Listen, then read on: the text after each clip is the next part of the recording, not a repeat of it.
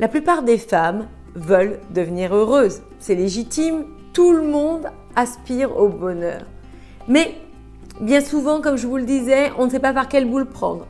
On ne sait pas par où commencer.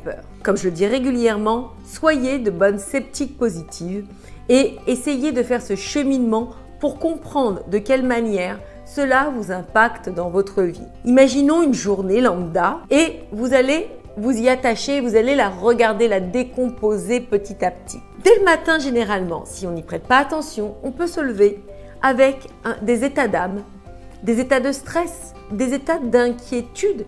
Tout ceci est généré par la peur.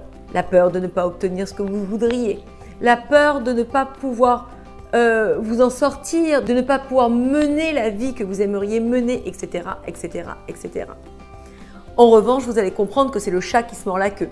Plus j'ai peur, plus je reste dans une énergie de peur et donc je n'arrive pas comme ça à m'élever, à me sortir un peu de ce marasme de peur et je ne peux pas non plus attirer à moi d'autres événements, d'autres circonstances, d'autres personnes qui correspondent à cet état de peur.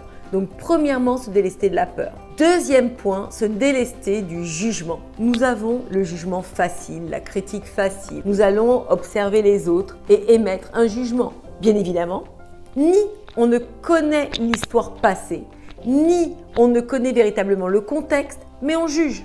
À croire que le fait de parler ou d'émettre une critique, c'est quelque chose de naturel, quelque chose pour laquelle tout le monde pratique un certain jeu.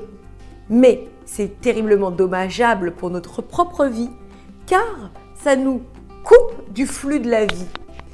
Ça nous met encore dans une énergie basse qui asphyxie nos possibilités d'émancipation.